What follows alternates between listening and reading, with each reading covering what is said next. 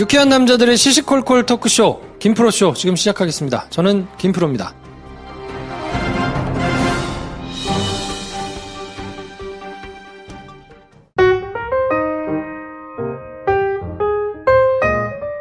장편 영화를 열심히 준비하고 계신 배준현 감독님 나오셨습니다. 안녕하세요, 배준현입니다. 한량 김선생 나오셨습니다. 안녕하세요, 등찬봉 김선생입니다. 네, 저는 영화 좋아하는 김프로고요. 한 주가 이제 시작이 됐는데 네. 쓸데없는 얘기로 또 한 주를 시작해 보도록 하겠습니다. 이렇게 무기력하게 시작할 거야? 아니, 컨디션이 다 안 좋았기 때문에. 그러게. 컨디션이 먼저다. 네. 자, 세상을 살다 보면 말이죠. 네. 정말 모두가 이해해주지 않는데 나한테는 너무너무 중요한 원칙 이런 게 있잖아요. 본인 얘기입니까? 아니 뭐 나만 아니라 당신들도 다 있으니까. 네. 근데 이제 특히나 조금 이제 소재를 한정하면 여성을 만나는 데 있어서 이성 교제를 할 때. 그렇지. 나름의 기준이 있잖아요. 네. 근데 이거는 정말 아무도 공감해주지도 않고 그게 뭐가 중요하냐 하는데 나한테 너무 중요한 문제가 있잖아. 그럴 수 있지. 그런 게 있습니까? 먼저 얘기해보세요.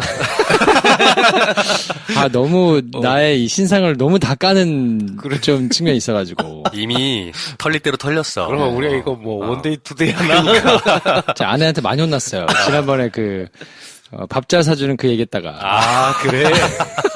그럴 것 같더라. 죽는 수가 있다. 그만해라. 이제. 내 얘기 그만해라. 네. 그런 거군요. 아무튼. 네. 배 감독 뭐 그런 거 있나요? 나는 이게 쓸데없다고 생각하지 않아. 그런 게 있어. 그래. 그런 게 하나 있어. 뭐 있어요? 나보다 말수나 활자수가 많으면 안 돼. 야, 쉽지 않다. 쉽지 않다. 그러니까 나보다 그래? 많으면 안 돼. 말이 많으면 안 돼요? 나보다 더 많거나 하면 저는 거부감이 생겨요. 쉽지 않다. 진짜. 많기 쉽지 않은데. 쉽지 않은데. 가끔 있어요. 이야. 딱 보면 이게 이분 시동 걸으시면 나보다 많이 말을 하실 수 있겠다. 진짜 예뻐. 진짜 예쁘고 몸매도 좋고 완전 장난 아니야. 네. 나의 딱 이상형이야. 네. 근데 머리도 나보다 너무 그래도 섹시하고. 그래도 안 돼. 안 돼? 그래도 안 돼? 네. 왜냐면 내가 이렇게 상대에게 말하는 순간을 이렇게 상상하는데, 저 좀 조용하지? 라고 말하게 되는 순간을 내가 상상하게 돼요. 딱 그려져. 그러면서, 안 되겠다. 그러면은 좀 머리 쪽에 떠오르는 분이 있네요. 어떤 분이? 김진애 박사님 못 만나겠는데? 김진애 박사님은, 그러니까, 노텐션. 노텐션인 거지, 노텐션. 김진일 박사님 무슨 잘못이야, 지금? 그러니까 이게 뭐야. 얘들 뭐라는 거야, 지금? 얘들 뭐라는 거야, 지금? 박사님 죄송합니다. 그런 뜻이 아니었어요. 그러니까 이렇게 대화 상대로는 좋은데, 그러니까 어떤 이성으로서는 그게 이성의 조건으로는 아무리 예뻐도 네. 나보다 말수가 많으면 안 된다. 약간 그런 게 그래, 있는 것 같아. 있을 수 있다니까요. 그럴 수 있네. 의미 있네요. 저는 말 많아도 괜찮아요. 뭐 이런 거구나. 그래. 김 선생은요? 없을 것 같은데, 김 선생. 저는 일체의 그런 원칙이 없어야 한다는 게 원칙입니다. 아니, 그래도. 원칙이 원칙이어야만 그러니까, 한다. 알겠는데. 알아. 그래. 그래서 오래 만나지 않는다는 걸 알아. 아니야, 오래 만나. 왜 그래? 그럼에도 불구하고. 이거는 조금 이상하게 걸리더라. 뭐 이런 거 있을 수 있잖아. 굳이 따지자면. 정말 있지. 굳이 따지자면. 있어. 그래. 가끔은 이빨색이 조금 백색이 아닌 경우가 있습니다. 치아의 색상. 치아의 색상이. 중요하나. 그렇게 너무 예쁜데, 딱 웃었는데, 까매. 그럴 노랗거나 뭐 이런. 노랗거나. 그럴 수 있지. 커피 좋아하시거나 뭐 이러면 그럴 수 있겠죠. 나 그게 그렇게 마음에 걸리더라고. 근데 그걸 어떤 뭐랄까 지속적인 상태는 아니잖아. 그게 한번 보이면 이렇게 탁 뭔가 마음이 멀어지면서 약간 하는 그런 마음이 생겨요. 그럼 만약에 그분이 많이 멀어졌어. 네. 근데 이제 가서 이렇게 미백도 하시고. 미백하고 오시면 어떻게 됩니까? 그럼 또 새로운 나로 태어나죠. 그 호감이 생깁니까? 그럼요. 그렇군요.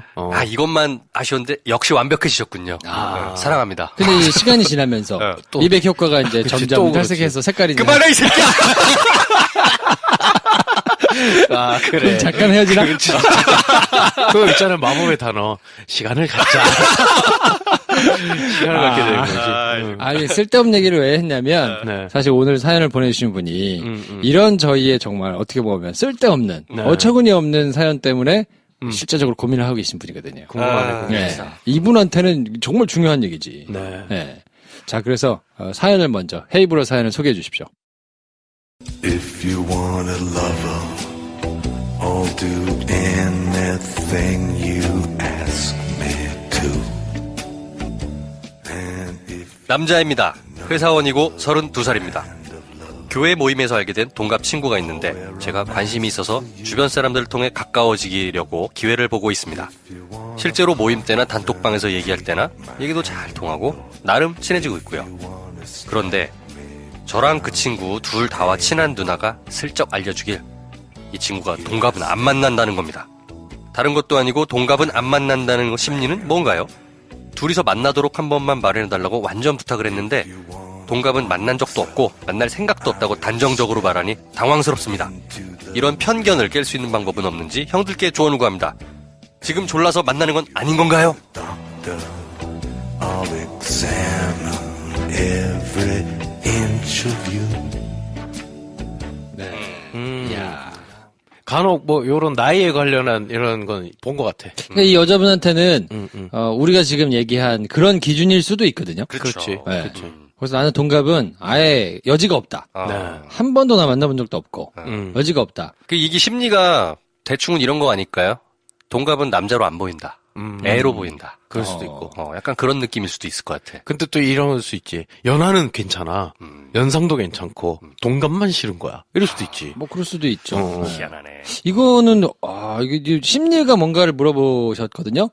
일단 답은 해드리고 아직 모르겠어요. 그렇지. 뭐 우리가 심리 안 하잖아. 그치. 이건 잘 모르겠고요. 네. 근데 이제 저희 나름대로 해석을 한번 해보자면 만약에 이제 우리가 얘기했던 요런 나름의 원칙이다. 예, 그러면 이거는 깨질 수가 있나요? 상당히 어렵죠. 쉽진 않습니다. 그렇지. 다른 분을 만나라, 차라리. 그러니까. 그럴 거면. 근데 이제 그러면 네. 지레 이럴 것이다 생각해가지고 접는 건 또 아니잖아요. 그럴 때는 또 마법의 방법이 있죠. 뭐가 있습니까? 일단 친구부터 되라. 그렇지. 그렇지, 그렇지. 네. 예. 일단 친구부터 되라. 그러고 나면 또 여지가 거기서 또 틈새가 발견되거든. 그렇지. 만약에 내가 이 상황으로 빙의를 해보자면 내가 내 동갑 내기 어떤 여사친이 너무 좋아. 일단 친구가 됐어. 그럼 이제 대화도 많아지고 서로 이제 친밀해지면 서로에게 영향을 끼치지 않습니까? 그렇죠. 그런데 이 편견이 끝까지 안 바뀌는 거야. 그럼 난 얘가 싫어질 것 같아. 나 스스로가. 야, 근데, 야, 우리 둘이 좋잖아. 말도 잘 통하고. 근데 넌 동갑이잖아. 만약 계속 그걸 견지한다. 그럼 난 얘가 싫어질 것 같은데? 오히려? 이 양반 참. 사랑이 부족해. 그래요. 그 동갑이신 분이랑 만나본 적 있잖아요. 있죠. 네. 그 동갑이 좋든가요? 아니면 연상이 좋든가요? 연하가 좋든가요? 뭐, 저는 말수만 좀 조율이 되면. 나이는 뭐. 오로지 상관이 중요한 건 없어요. 말수거든요. 네, 그렇죠. 네. 저는 나이로 치자 그러면 연상은 안 만났던 것 같아요. 그렇게 얘기 좋고. 저는 연상에 실제로 예전에 한번 고민한 적이 있거든요. 연상이신 분과 만나야 될 여자로는 것이냐. 보여. 그래. 좋아. 네. 근데 연상이야. 어떡하지? 안 사귀었어요. 단지 그 숫자 때문에. 그러니까 나의 쓸데없는 오지랖이지. 야, 진짜? 나는 빅픽처를 항상 보기 때문에. 그래? 내가 몇 살 때 이분이 몇 살. 진짜. 이런 생각을 하는 거야. 가임기가 몇 년 남고 뭐 이런 거 계산하는 거야. 쓸데없이. 진짜로? 그래서 안 만났어? 그럴 수 있겠다. 진짜 안 만났어. 이 사연 그분이 보낸 실제로 분이 좋다고 여자분- 그랬어. 그분이 좋다고 그랬는데 안 만났어. 이 여자분 보고 뭐라고 할 처지가 못 되네. 그게 진짜 이 여자분 같은 거잖아. 근데 동갑은 괜찮은 거 아닌가? 동갑이냐 연상이냐 이게 중요한 게 아니라 어쨌건 난 연상 안 만나. 이런 태도. 그렇지. 태도 그렇지. 똑같은 거잖아. 그럴 수 있죠. 그렇지. 나름 근거로 되잖아, 김프로는. 내가 몇 살 때 몇 살 이렇게. 이분도 근거가 있을 거야, 자기만의. 있겠지. 왜냐면 동갑내기들하고는 남자라고는 항상 어리다. 어리다. 네. 그리고 이게 채워지지가 않는다. 실망스럽더라. 나의 생각상. 그럴 수 있지. 남녀공학 중고등학교를 다니면서 뭔가 학을 뗀 뭐 이런 느낌일 수도 있겠다. 아우, 저 같이 찌질한 다니면서. 것들. 그렇지. 근데 통상 그렇게 보면 같은 나이대로 남녀를 놓고 보면 늘 남자들이 좀 찌질합니다. 네. 그건 확실해. 그건 확실하죠. 특히 그때 사춘기 시절을 뭐 이렇게 보고 근데 이제 있으면. 저는 그런 분도 봤거든요. 이게 나를 이렇게 좀 리드해주거나, 이렇게 좀 품어줄 수 있고, 뭐 이런 사람들이 맞는다. 네. 내가 보기에도 실제로 그런 사람들이 맞아. 그래서 자기는 동갑은 좀 만나기 좀 어렵다. 그럴 수도 그리고 있지. 뭐 이렇게 좀 나이 차이가 좀 나고 이런 사람을 만나야 되겠다 하시는 분들 중에서 연하고 결혼하신 분들이 계시지. 그런 분들이 계시지. 야, 내가 뒤에서 진짜 뭘 하는 거야? 그렇게 그래도 그래서 다 소용없구나. 그럼. 왜? 자기가 그 아이를 보듬어주고 싶었나 보지. 아니면 그 연하의 남편이 정말로 이 사람의 어떤 편견을 깨준 거지. 이렇게 아름답게 포장을 못하겠다 하는데. 아니, 그래서 네. 이거는 그냥 지레 포기하실 일은 아닌 것 같고. 그렇죠. 지금은 일단 말 통하는 좋은 친구의 포지션 일단 확보하시고 네. 하고 난 다음에는 물어볼 수 있잖아요. 너는 동갑은 왜 안 만나? 뭐가 그렇게 마음에 걸리는 거야? 그러면 얘기를 하겠죠? 난 이러저러해서 동갑은 별로더라. 그러면 그 포인트를 공략하면 됩니다. 네. 예를 들어서 뭐 아까 우리 했던 대로 너무 어리고 항상 좀 철없고 그랬었다. 그러면 그 포인트를 딱 보완할 수 있는 행동들을 꾸준히 보이는 거죠. 네. 그러니까 이게 연애 문제는 오디션의 입장으로 접근하면 필패인 것 같아. 그래. 네, 그래서 오디션에 내가 합격해야 된다라는 거로 가면 뭘 해도 흠을 잡을 수 있거든요. 그렇죠. 흠을 잡히고 내가 그걸 막 해명한다고 설득되지 않아요, 절대. 그렇죠. 그러니까 이게 그냥 한 사람이 스타일이 맞아서 친해지고 뭐 이렇게 잘 어울리고 케미가 갑자기 생기고 이런 걸로 그냥 접근을 해야 되니까 맞아요. 지금 이분 마음속에는 일단 내가 어떻게든 좀 접촉을 시켜주면 오디션을 한번 보겠다 이런 마음인 것 같거든요. 버려. 그런 마음 안 돼. 아이 그러면 안 돼. 될 것도 안 돼. 그렇지. 그냥 친구하고 싶다. 내가 더 요구 안 할게. 그럼요. 너 좋잖아. 동갑 어차피 안 만나잖아. 난 그런 마음 없거든. 그래서 그냥 친해지다가 보면 네. 갑자기 어느 날 또 여자로 보이고 남자로 보이고 그럴 막 수 이럴 때가 있거든요. 오거든요. 가장 좋은 자세가 나는 아무 욕망이 없는 인간으로 포지션이 되는 거예요. 그러다 보면 그렇지 않을 텐데 라고 하면서 이제 뭔가 액션 취할 수 있어 상대방이. 그렇지. 네. 뭐 너무 과한 비율지 모르겠습니다만 게이들이 여자한테 정말 베스트 프렌드들이에요. 네. 왜? 대상이 아니잖아. 네. 그러니까 그렇게 속 얘기라고 그렇게 친하게 지내. 그렇죠. 그런 포지셔닝도 괜찮다. 한동안은. 그래. 네. 그렇지. 그렇게 이제 친해졌다가 동갑은 안 만난다며. 오빠라고 불러. 뭐 이러면서 이제 시작하는 거지. 그렇죠. 농치면서. 네. 그럼 아니면 누나 이러면서 그래서 매달려도 돼. 그건 이제 아직 먼 길이고 일단은 가까워져야 된다. 근데 이제 저희가 얘기했듯이 경우에 따라서는 그럴 수도 있어요. 정말로 빠꾸가 안 되는. 이거 어떻게 할 수 없는, 어떻게 해도 안 되는 뭐 그런 걸 수도 있거든요. 그럼요. 세상엔 맘대로 안 되는 일이 있습니다. 네, 누가 봐도 이거는 논리적으로 말이 안 되는데 그 사람한테는 너무 중요한 걸 수도 있는데 그런 거라면 사실 딴 사람 만나야지. 그래. 예. 포기해. 근데 이제 괜찮아. 그건지 아닌지는 아직 모르니까 맞아요. 일단 오디션 보는 마음 말고 친해지셔가지고 한번 보시고 친해져가지고 얘기를 하다 보니 배 감독의 말수 같은 거더라 동갑이. 아이, 그럼 다른 사람 만나면 되지. 그렇지. 그러잖아요. 네. 맞아요. 네. 자 오늘 사연 보내주신 분께도 네. 헤이브로 올인원 파워바 네. 보내드릴 테니까. 요 헤이브로로 민증을 이렇게 문질러. 그러면 숫자 바뀌어. 앞에 숫자가 좀 바뀌나요? 그럼 이렇게 문질러면 다 돼요. 잘생긴 남자의 냄새를 풍기시면서 그렇죠. 네. 친구부터 일단 시작하시라. 네. 약간 헤이브로 하면은 살짝 성숙한 나이든 남자의 향이 나기도 합니다. 그렇지. 그래요. 이게 나이든 남자의 향이라고 해서 아저씨 쉰내 이런 게 아니고 굉장히 성숙한 약간 브래드 핏이나 약간 그런 헐리우드 스타일 나이 들면서 멋있어지는 사람들 있잖아. 조지 클루니. 뭐 조지 이렇게. 형님. 그렇지. 발음 잘해야 돼. 왜 조지 클루니 맞잖아. 그렇지. 그래요. 네. 그게 얼마나 매력 있는데. 네. 자, 아무튼 저희는 광고 듣고 독서회로 함께 하겠습니다.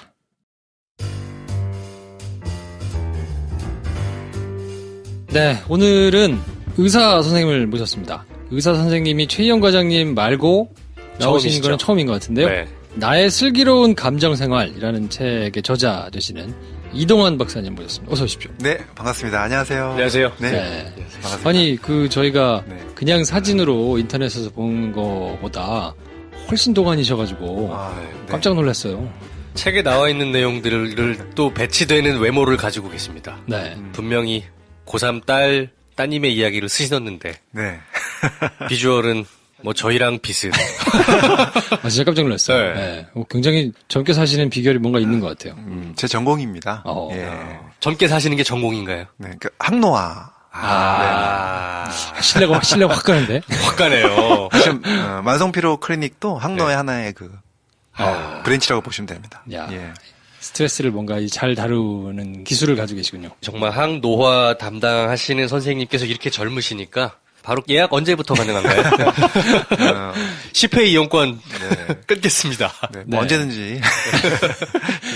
자, 이동환 원장님을 소개를 조금 드리면요. 가정의학과 전문이시고 만성피로 전문 클리닉에서 지금 진료를 하고 계시는 의사 선생님이시고 연세대 원주의과대학 졸업하시고 경영학 박사, 교육공학 석사 이력이 조금 특이하죠?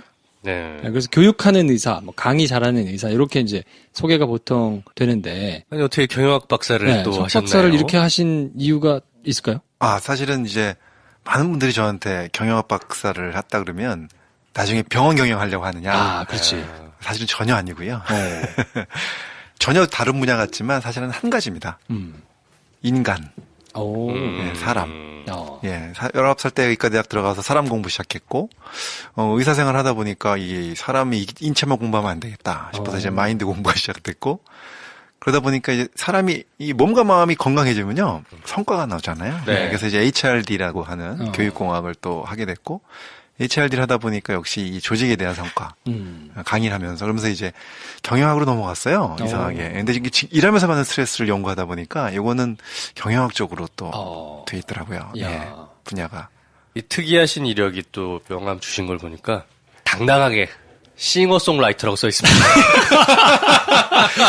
이 의사 선생님들이 이거 뭐 음악에 뭐가 있나요? 왜 이렇게 웃으시죠? 근데 왜냐면 명함에 당당하게 싱어송라이터를 딱 써놓으시니까. 네.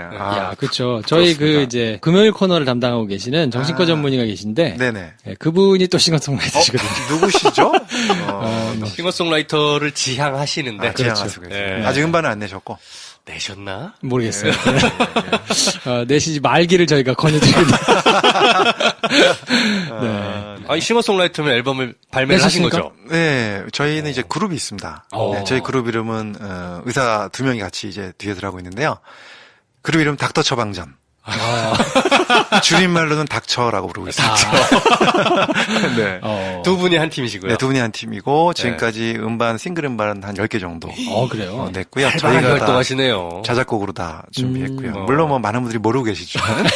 네, 그래도. 그러면 파트너 되시는 분은 어느? 그분은 이제 내과 의사고요. 내과 의사. 예. 가정의학과, 저는 내과, 그리고 만성피로 학회를 같이 운영하고 있습니다. 그래요. 네. 야, 되게 독특하고 재밌네요. 닥터 처방전. 멜론에서 검색을 해봐야겠군요. 네, 한번 해보시고요. 네. 듣지는 말아주세요. 댓글 남겨야겠네요. 네. 아무튼 오늘 싱어송라이터 원장님, 이 금요일 날 계신 우리 최 과장님이 굉장히 라이벌의식을 느끼실 수 있을 것 같은데. 라이벌보다는 약간 나도 음악 한다는 걸 이상하게 보지 말아라. 이럴 수 있는 거 아니냐라는. 의사면 당연히 싱어송라이터여야 되는가. 그렇죠. 뭐 이런 생각을 하면서. 자, 저희 프로그램이 이제 영화 팟캐스트다 보니까, 책 소개를 하기 전에 공식 질문이 하나 있어요. 그걸로 이제 시작을 하는데, 이동환 박사님의 인생 영화는 어떤 것인가? 그냥 훅 떠오르는 거를 말씀하시면 돼요. 네. 사실 뭐 어릴 때부터 봤던 영화 기억 남는 게 너무 많지만, 그래도 몇 년 사이에 본 것 중에서 국제시장. 국제시장. 어떤 이유로? 저희 부모님이 사실 아버님께서 이제 황해도 분이세요. 그래서 어릴 때 이제 그 전쟁 이야기를 많이 듣고 자랐고 뭐 이렇게 피난 오신 거. 근데 그날 그 영화를 보면서 시작하면서 눈물이 터져가지고 그 흥남부두 철수 씬에서 처음 시작하면서부터 눈물이 터졌는데 저 집사람이 옆에서 너 너무한다, 당신. 그럴 수 있죠. 왜 이러냐 도대체 창피하게. 근데 정말 끝까지 너무 힘들었어요, 오느라고. 마지막에 진짜 눈물 왕창 터지는 장면들이 많잖아요. 네, 너무 많죠, 뒤에 가서. 거기선 뭐 영화를 못 보실 지경으로. 그때 지금 많이 말랐어요, 그때까지. 근데 이제 너무 처음부터 많이 쏟아내니까 나중에 좀 담담해지긴 했어요. 근데 어쨌든 그 영화를 보고 나서, 야, 정말 영화 잘 만들었고, 정말 나를 가장 많이 울린 영화가 아닌가, 이런 생각을 했습니다. 아무래도 뭐 영화를 본다기보다 그냥 부모님의 일생을 목도하신 거라고 보면 될 테니까. 그렇죠. 야. 알겠습니다. 국제시장을 좋아하셨군요. 이동환 박사님의 인생 영화는 국제시장이고, 자, 나의 슬기로운 감정생활이라는 책인데, 이 책이 뭐 어떤 책이다, 대략적으로 한번 큰 줄기를 한번 소개를 해주시면 어떨까요, 저자분 직접? 네네. 사실 듣자마자 떠오르는 드라마 하나 있으시죠? 감방생활. 그렇죠. 슬기로운 감방생활. 띄엄띄엄 봤어요. 띄엄띄엄 보셨어요? 저는 다시 한번 보시기를 권장드리고 싶습니다. 너무너무 재밌게 봤고요. 사실은 저는 처음엔 못 봤는데 나중에 이제 다시 보기로 한번 쭉 봤고 너무너무 재밌어. 거기에 나오는 인물들을 보면서 정말 삶 자체가 감정이구나. 제가 사실 그동안에 계속 진료해오고 공부해오면서 이 감정에 대한 공부를 해왔지만 그 영화를 들여다보면서 저 속에 사는 걸 삶 속에서 한 명 한 명의 캐릭터들이 자기 감정들을 어떻게 컨트롤하면서 살아가고 있는지를 보여주는 그걸 보면서 제가 역시 가장 중요한 능력은 현대인들이 갖춰야 될 현실에 어떻게 적응하고 이것을 어떻게 감정으로 잘 자기 감정을 조절할 수 있는가. 여기에 대한 능력이 너무 중요하다는 사실을 깨달았어요. 네, 그래서 그런 내용들을 좀 썼습니다. 드라마에서 좀 차용을 하신 건가요? 슬기로운 감방생활에서? 드라마에 있는 몇 가지 그 스토리들이 좀 나오고요. 네. 예시로. 하지만 베이스는 이제 역시 그 의학적 심리학적 베이스가 들어가 있죠. 책 내용이 그렇겠죠. 근데 네. 제목이. 제목이 뭐 당연히 네. 그렇죠. 네. 거의 뭐 한 글자만- 오마주 수준으로. 네, 그렇죠. 한 글자밖에 안 틀리니까요, 지금. 그렇죠. 네. 그 하여튼 입에 착 달라붙기는 한데 슬기로운 감정생활. 이 책이 크게 이제 네 부분으로 구성이 돼 있거든요. 그래서 네. 첫 번째는 감정 탐색하기, 나쁜 감정 정리법, 슬기로운 생각 습관 트레이닝, 그리고 슬기로운 생활 습관 교정법 이렇게 해서 총 4가지로 이제 구분이 돼 있는데 네. 뭐 이제 책을 아직 안 읽어보신 분들이 많을 테니까 네. 저희가 책에 담긴 내용들 중심으로 해가지고 이제 쭉 한번 소개를 해보려고 하는데 뭐 어쩔 수 없이 책에 처음부터 끝까지를 쭉 관통하는 키워드가 이제 스트레스 아니겠습니까? 그렇죠. 네. 근데 저는 책 처음을 보면서 되게 흥미로웠던 게 스트레스와 감정이 다른 거다 이렇게 정의하고 들어가시는 게 그런가? 한 번도 생각해 본 적이 없거든요. 네. 어떤가요? 어떤 것 때문에 맞습니다. 사실 우리가 스트레스를 받는다. 그것 때문에 감정이 나빠지죠. 그렇게? 이게 이제 정확한 순서예요. 근데 네. 우리는 이렇게 얘기하죠. 아우, 짜증나서 스트레스 받아. 화가 나서 스트레스 받아. 이 감정이 먼저 앞에 나와 있죠. 화가 나는 것이 스트레스의 원인인 것처럼. 물론 그렇게 얘기해도 뭐 전혀 틀린 말은 아닙니다. 우리가 흔히 얘기하는 얘기니까. 근데 연구자 입장에서 보면 스트레스 상황은 우리가 어떤 변화에 의해서 우리가 거기에 적응하는 엄청나게 다른 상황들이 나한테 벌어졌을 때 내가 긴장된 상황을 얘기하는 거고 그 상황이 나한테 감정을 이제 불러일으키는 거죠. 그래서 스트레스와 내가 갖고 있는 감정은 분리돼서 보는 것이 맞고요. 스트레스 상황이라 해갖고 무조건 나쁜 감정을 가지는 않는다라는 거죠. 그러니까 스트레스는 원인이고 그로 인해 생기는 감정이 결과다. 그렇죠. 그래서 같은 스트레스를 받더라도 감정은 달라질 수도 있는 거다. 물론 그렇습니다. 말씀이신 네, 거죠. 거기에 대한 이제 데이터들이 많이 있으니까요. 네. 그래서 책을 보면 뭐 이제 예시나 뭐 실험이나 이런 것들을 이제 쭉 적어 놓으셨는데 네네. 뭐 스트레스 하면 늘 이제 뭐 해법처럼 얘기되는 게 뭐 있지 않습니까? 엔돌핀. 엔돌핀 제가 초등학교 때 들었던 것 같아. 그때부터. 그때 뭐 유명하신 황수관 박사일까요? 네. 황사 박사님 전에도 있었어요. 엔돌핀 있었나요? 박사님 따로 계셨는데 이름이 바짝 생각이 안 이상구 나는데. 박사님. 이상구 이상구 박사예요, 박사님. 이상구 네, 박사님. 그렇죠. 네. 연식이 나오네요. 그리고 엔돌핀 그리고 그 뒤에 또 한참 인기 있었던 세로토닌. 네. 그래서 뭐 세로토닌 하라 뭐 이런 책도 있고. 그리고 나서 이제 뭐 도파민, 옥시토신 이런 것들이 이제 네. 스트레스와 한묶음으로 네. 이런 것들을 극복할 수 있는 방법으로 이제 네 보통 가지로. 제시가 좀 되는데 네. 뭐가 뭔지 사실은 잘 그냥 기분이 좋아지는 물질인가? 뭐 네, 이렇게만 생각할 텐데 네네. 한번 구분을 좀 해주시면 어떨까요? 예. 일단 우리가 행복 호르몬 하면은 제가 이제 4가지로 책에서 구분을 했습니다. 물론 이제 뭐 이렇게 의학적으로 쉽게 구분할 수는 없지만 네. 저는 이제 좀 더 쉽게 접근을 했고요. 다 아시는 엔돌핀 뭐 웃을 때 나오고 즐거울 때 나오는 행복 호르몬 중에 하나죠. 즐거움의 호르몬입니다. 근데 세로토닌은 좀 다른 행복이에요. 아마 들으시는 분들 다 느끼시겠지만 막 즐거운 것만 행복이 아니라 이런 행복 있죠. 마음이 평화로워지는 행복. 평온해지는 느낌. 평온해지는 느낌. 네. 그런 행복은 세로토닌 때문에 생기는 거예요.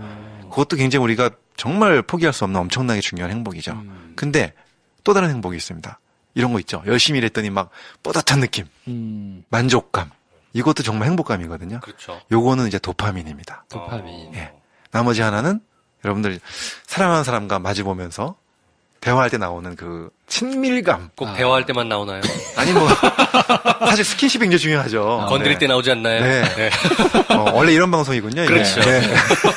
적응 좀 하고 있습니다. 제가 네. 지금. 그래서 그런 친밀감과 관계되어 있는 호르몬은 바로 옥시토신. 저분한테 특화돼 있어요. 아, 그러세요? 연애지상주의자여가지고. 아, 저는 뭐 옥시토신 과도해가지고 버리더라 좀 네. 네. 네. 그래서 그 4가지를 제가 조금 행복 호르몬을 소개를 했고 그런 것들을 일상생활에서 쉽게 분배시킬 수 있다라고 말씀을 드렸죠. 엔돌핀, 세로토닌, 도파민, 옥시토신. 네, 맞습니다. 요거 4가지를 알고 가면 좋다. 그러면 이런 것들이 좀 뭔가 의도적으로 네. 뭐 좋아서 뭐 좋은 상황에 맞이해가지고 생기는 거야 뭐 어쩔 수 없을 텐데 네. 조금 의도적으로 내가 이런 걸 만들어내거나 이런 게 가능한가요? 가능하죠. 그래요. 예. 완전히 가능합니다. 오. 이제 그런 방법론이 다 이제 제가 책 썼지만 다 아시다시피 웃을 때 엔돌핀 나오잖아요. 근데 억지로 웃어서 나와요. 진짜요? 예, 억지로 막 그냥 계속 웃으면 엔돌핀이 나옵니다. 그게 이제 우리가 흔히 알고 있는 웃음 치료. 네. 웃음 황수관 치료. 박사님이 하셨다. 네네. 웃음 치료는 검증이 돼 있거든요. 실제적으로 막 웃었을 때 NK 셀이라고 해서 면역세포가 증가하고 엔돌핀이 나오고 이런 것들이 검증돼 있기 때문에 억지로 하는 거죠. 그래도 나와요. 근데 이제 도파민 같은 경우는 사실 새로운 거와 접할 때 많이 나와요. 새로운 거, 새로운 책 읽으실 때, 새로운 강의 들으실 때, 이런 새로운 방송 들으실 때, 특히나 새로운 이성을 만날 때, 예, 많이 나오시죠, 도파민. 네. 굉장히 나오죠. 그래서 이제 새로운 거에 대한 그 이제 호기심과 관련돼 있고, 네. 그게 도파민을 이제 분비시키는 거죠. 그래서 우리가 새로운 활동을 꾸준히 하는 사람들은, 항상 새로운 도전을 하는 사람들은 도파민이 많이 나오는 사람들이에요. 그런 사람들이 부지런하고, 행복하고. 도파민에서 새로운 분을 만나서 뭔가 결과가 나오기 시작하면 옥시토신으로 넘어가고 뭐 이런 맞네요. 네. 순서가 있는 거잖아요. 순서가. 네. 그렇죠. 두 분이 같이 만나가지고 웃으면 엔돌핀 나오고. 그렇죠. 네. 네, 맞습니다. 같이 펜션 놀러가 자연을 보고 있으면은 나오고. 세로토닌은 나오고. 이제 네. 자연 속에서 산책, 햇빛 네. 이런 데서 나오는 거죠. 양떼가 너무 평화롭지 않니? 세로토닌 나오고. 네. 그럼 밤에는 막 이제 옥시토신. 네. 그 이제 책에 보면 스트레스가 나쁘지 않다는 사실을 단순히 내가 인지하고 아는 것만으로도 좋은 호르몬이 분비된다 이렇게 이제 네네. 쓰시면서 네. 로체스터 대학 실험 얘기를 이렇게 소개를 하나 해주셨거든요. 네. 야, 이게 무슨 소린가 하시는 분들 계실 것 같아요. 네. 이걸 좀 자세하게 한번 소개를 해주시면 어떨까요? 네. 그 박사님이 이제 재미있는 실험을 했어요. 사람들한테 스트레스 주는 실험을 일부러 했죠. 가장 스트레스 받는 상황이 면접 볼 때 이런 거잖아요. 그래서 긴장되고. 예, 네. 앞에 사람을 딱 세워놓고 면접관들이 딱 둘러 앉아가지고 질문을 던집니다. 자기의 뭐 장점 단점을 얘기하게끔 해요. 근데 이때 여기 앉아 있는 분들이 굉장히 자세가 안 좋아요. 듣는 분들이 면접관 그러니까 이게 다 이미 계획된 분들 막 안 좋은 자세로 앉아서 막 비꼬듯이 쳐다보고 호의적이지 공격적으로 않게끔 얘기하고. 공격적으로 막 질문 던지고 스트레스를 막 주죠. 그러면서 또 좀 이따 뭘 시키냐면 숫자를 막 더하고 빼기를 시켜요. 그러면서 막 소리도 막 지르고 빨리 대답하라고. 그런 스트레스함을 줄 때 이 사람들의 몸의 상태가 어떻게 변하는지를 이제 체크합니다. 근데 재밌는 건 미리 두 그룹으로 나눴어요. 한 그룹은 안 알려주고 그렇게 시켰고 한 그룹은 이렇게 얘기를 합니다. 미리 교육을 시켰습니다. 분명히 스트레스를 받을 거다. 그때 심장이 뛰고 몸의 반응이 나타날 거다. 그런데 그 반응이 몸에 해로운 것만은 아니다. 그러면서 그런 의학적인 근거들을 보여주기 시작해요. 그러면서 이제 그걸 인식하고 들어간 그룹과 인식하지 않은 그룹과의 비교를 하기 시작합니다. 결론이 재밌죠. 둘 다 심장은 뛰었어요. 근데 인식을 한 그룹은 내가 심장 뛰는 게 나쁘지 않다고 인식을 하는 순간에 그것이 혈압을 뭐 올리거나 뭐 이러진 않았습니다. 오히려 혈압은 더 그대로 안정이 됐고 또 이제 그 혈관의 그 저항성이라는 게 있거든요. 저항성이 높아지면 몸이 안 좋은데 그런 것도 이렇게 나빠지지 않았고 이런 것들을 보여주면서 실험으로 이제 증명이 된 거죠. 우리가 몸에 받는 스트레스가 다 나쁘지 않다라고 인식하는 순간에 나쁜 영향을 주지 않는다라는 거죠. 그러니까 내가 스트레스를 받는 환경에 처할 수는 있는데 네. 그래서 오는 변화나 이런 짜증나는 거나 뭐 이런 것들이 나한테 신체적으로 실제로 나쁘지 않다라는 네. 걸 계속 되뇌이면 효과가 실제로 그러면 있을 수 있는 거네요. 그렇죠. 그것이 의학적으로 이것이 나를 지금 더 오히려 집중하게 만드는 호르몬이 나오는 거고 이것이 나를 지금 몰입시키고 있다. 그래서 나한테 도움이 될 것이다라고 생각하는 순간에 달라진다는 거죠. 관점의 차이로 사실은 결과가 달라질 수 있다. 네. 몸의 몸의 변화까지 달라지니까 네. 엄청나게 놀라운 결과죠. 선생님은 원래부터 이렇게 스트레스 또 감정 네. 이런 주제들에 대해서 쭉 오랫동안 관심을 가지셨던 건가요? 아니면 어떤 계기가 있으세요? 예, 사실은 제가 의과대학을 들어가서 이렇게 공부를 하는데 수업을 듣다 보니까 정신과 수업이 너무 재밌는 거예요. 예, 그래서 나는 나중에 정신과를 해야 되겠다 이런 마음을 좀 굳히고 있었어요, 마음속으로. 근데 이제 실습을 돌잖아요. 예, 실습 돌면서 조금 마음이 바뀌었고. 아니 뭐 환자분들 보면서? 그게 뭐 힘들어서 그런 건 아니고요. 네. 예, 이제 정신과 선생님들도 물론 굉장히 훌륭하신 선생님들인데 마음을 다루고 정신을 다루는 게 얼마나 훌륭한 일입니까? 근데 이제 정신과 전공을 하다 보면 소홀하게 되는 부분이 있어요. 바로 육체적인 질환을 좀 안 다루게 되시죠. 근데 제가 이제 의사로서 나중에 선택을 하는 순간에 야, 정말 의사로서 몸을 다루지 않는 의사가 조금 저한테 용납이 안 되는 거예요. 청진기에 대한 매력이라는 거 있잖아요. 예, 그걸 놓칠 수가 없는 거예요. 그래서 고민 끝에 가정의학과를 택했어요. 의사라면 기본적으로 몸을 다룰 줄 알아야 의사라고 해야 되지 않겠나라는 생각이 있었군요. 예, 물론 이제 정신과 선생님들이 입장에서는 꼭 그런 건 아니라고 이제 말씀드리고 싶지만 그래도 저희 입장은 그랬어요. 저는 그래도 좀 몸을 알아야 되지 않는가. 그러니까 물론 정신과 선생님들도 공부할 땐 다 같이 공부해요. 근데 나중에 가면 점점 몸 쪽으로 진료를 안 하시니까. 그래서 결국은 가정의학과를 택하면서 모든 걸 다 전반적으로 볼 수 있는 걸 택하게 됐죠. 제가 이 소양 일천에서 그렇습니다만 네. 가정의학과를 제가 제 돈 내고 제 발로 찾아간 적이 없거든요. 아, 그러셔요. 그래서 가정의학과는 뭐 네. 내과나 무슨 이비인후과 이런 데하고 어떻게 다릅니까? 그러니까 1차 진료를 전반적으로 다 볼 수 있도록 트레이닝 받은 의사고요. 물론 뭐 수술 깊은 것까지는 안 하지만 가볍게 우리가 1차 진료에서 가장 흔한 질환을 중심으로 모든 과를 다 볼 수 있고 그렇기 때문에 심리적 부분도 어느 정도 우리가 다룰 수 있고 예, 그래서 육체적인 심리적인 걸 다 같이 볼 수 있는 예, 그러한 제너럴 피지션이라고 보시면 됩니다. 책에 써주시기를 선생님 본인이 상당히 예민한 편이고 스트레스를 잘 받는 편이셨다라고 네네. 써주셨던 게 기억이 나요. 네. 그것도 어느 정도 계기가 될까요? 네, 맞습니다. 사실은 제가 의사 생활을 무슨 이 얘기하면 연식이 나오는데 아니, 안 보니까 네네. 괜찮습니다. 네이버에 검색하면 연식 나옵니다. 네. 올해로 제가 유명하신 분이라. 27년이 넘었어요. 네. 예, 만 27년, 이제 28년째 들어갔는데, 앞에 14년하고 뒤에 13년은 180도 다른 의사였습니다. 아, 그래요? 예, 앞에 14년은요, 제가 만성피로 스트레스의 원상이었고요. 스트레스 받으면 살찌는 분들 계시잖아요. 네. 네. 제가 그 당시에 체중이 100kg. 아, 진짜요? 그러니까 제가 그게 기억이 나요. 그 한때는 100kg가 넘었다고 하시는데 들어오시는데 저 몸이 어떻게 100kg가 나갔던 저보다 몸이지? 날씬하신 것 같아요. 네. 네. 지금은 75kg 네. 정도 되니까. 그리고 정말 스트레스 많이 받고 살아서 짜증도 많았고요. 맨날 찡기르고 살고. 그랬던 제가 이제 13년 전에 저희 인생을 좀 통째로 바꾸는 새로운 의학을 공부하게 되죠. 그것이 이제 펑셔널 메디신, 기능의학이라고 하는 의학이에요. 그래서 그 당시 한국에는 기능의학 공부하는 의사들이 별로 없어서 물론 이제 몇 분 계셨기 때문에 그분들 중심으로 이렇게 저희가 스터디가 만들어져 공부를 했는데 그게 바로 질병도 없으면서 몸이 완전히 웰리스하지도 못한 중간에 있는 분들 있잖아요. 네. 병원 가면 선생님들이 신경성이라고 그냥 스트레스성이라고 이렇게 얘기하시는 분들 있잖아요. 특별한 무슨 문제는 안 보이는데 네. 골골대. 네. 그래서 맨날 아프다고 막 네. 환자 오셔갖고 막 무기력하고. 아파요 막 나 왜 이렇게 힘들어요 그러면 의사 입장에서는 이상도 없는데 예. 아, 지금 제가 그래요. 어떡하지? 네. 그래서 병원을 가라고 네. 와이프나 이제 주변에서 병원을 가. 근데 생각을 해보면 가볼 데가 없고 어디를 가야 어디 될지 가야 모르겠는 거야. 네. 가서 어디가 아프다고 얘기를 해야 되는 거지? 네네. 지금은 이제 그 기능의학이 벌써 10몇 년 돼가지고요. 저희가 처음 공부할 때 몇십 명 안 됐지만 지금은 굉장히 많은 분들이 공부하고 계셔서 네. 조금만 검색해보면 기능의학 진료하시는 선생님 찾아가시면 됩니다. 기능의학을 가봐. 멀리 가지 말고 선생님한테 가. 좀 가야 되겠어요. 저한테는 오지 마시고요. 네. 그러면 본인은 이제 그 기능의학을 공부하시면서 삶이 달라지셨다고 하는데 네. 본인만이 가진 예전에는 이제 많이 드셨으니까 살이 찌셨을 거 아니에요? 그렇죠. 스트레스를 받으면서 네. 스트레스를 관리하는 법이라든지 네네. 다스리는 법 이런 게 뭐가 있을까요? 일단은 제가 이제 항상 환자들한테 처음 얘기하는 게 뭐냐면 스트레스를 받으면 근육이 굳잖아요. 네. 어깨 막 몸이 뻣뻣해지죠. 뻣뻣해지잖아요. 뻣뻣한 상태로 그대로 살면 스트레스 더 받아요. 성격이 나빠져. 그러니까 근육이 굳은 상태는요 신경을 예민하게 만들어요. 어깨 이런 데 굳어있는 분들은 신경도 예민해서 조그만 일에도 짜증이 잘 나요. 그렇죠. 네. 똑같은 스트레스에도 화가 더 잘 나. 그러면 또 더 굳어.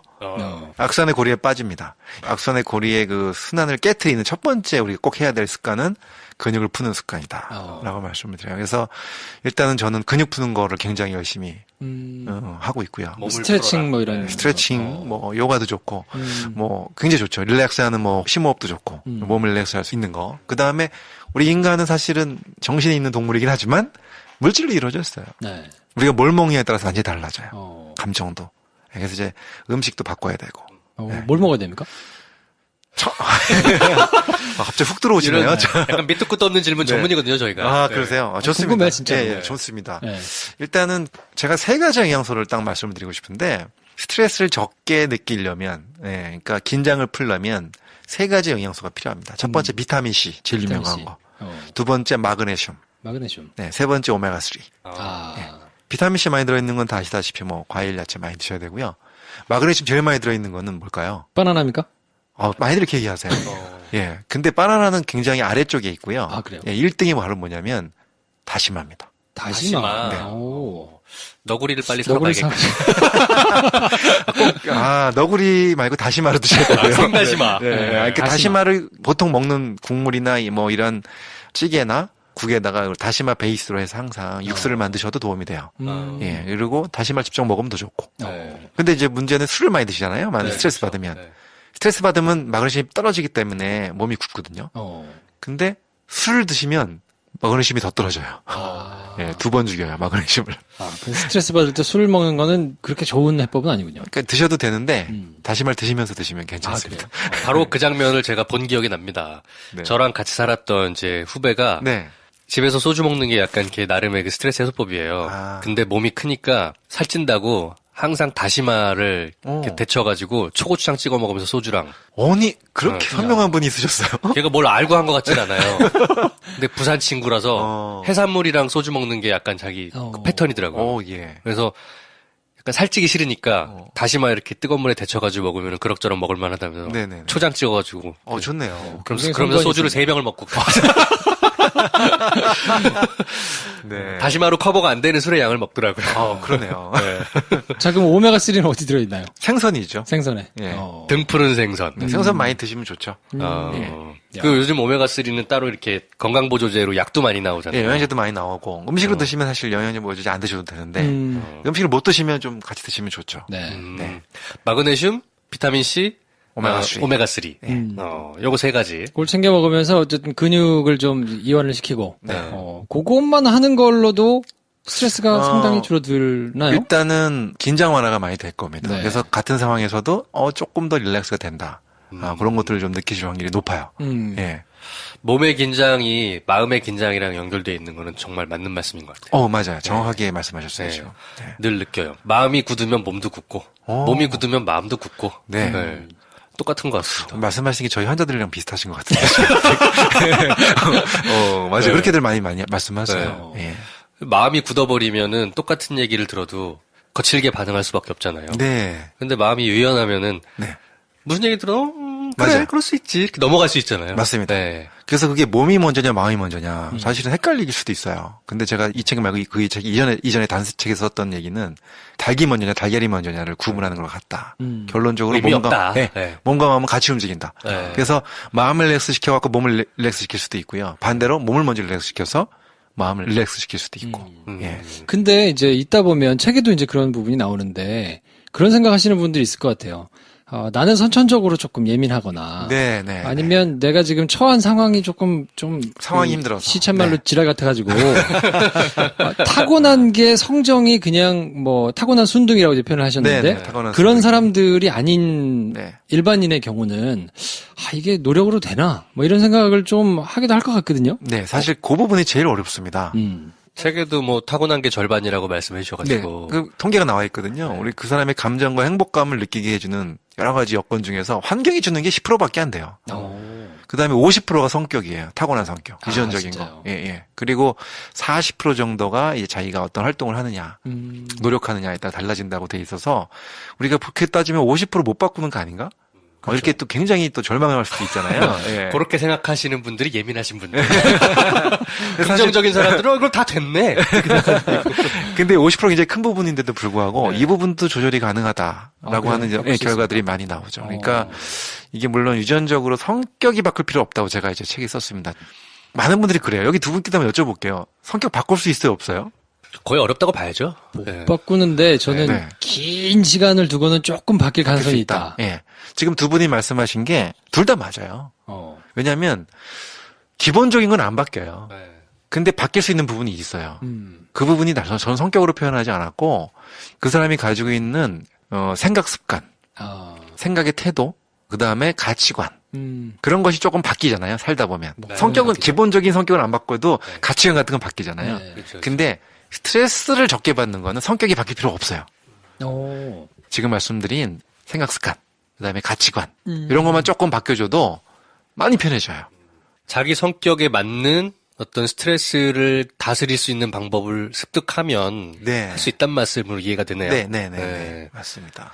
그럼 성격별로 약간 조금씩은 차이가 있겠네요. 네, 차이 많고요. 네. 그리고 또 이제 그런 생각 습관을 자기가 스스로 바꿀 수 있는 훈련법 그런 것들이 또 많이 지금 연구가 돼 있고 실제로 임상에서 많이 쓰이고 있고요. 책에도 제가 소개를 3장에서 자세하게 드렸는데 예. 요 약간 흥미로운 게 헬스장을 가면 PT 선생님이 계시잖아요. 네네. 그러면은 일단 그 사람 체질이나 체형, 체지방 이런 걸 보고 운동을 맞게 처방을 해주시잖아요. 네. 당신 같은 사람은 유산소를 너무 많이 하면 오히려 도움이 안 되니까 근육 위주로 해라. 라든가. 마찬가지인 것 같네요. 네. 사람 성격 보고 거기에 맞게 처방을 좀 해주실 것 같네요.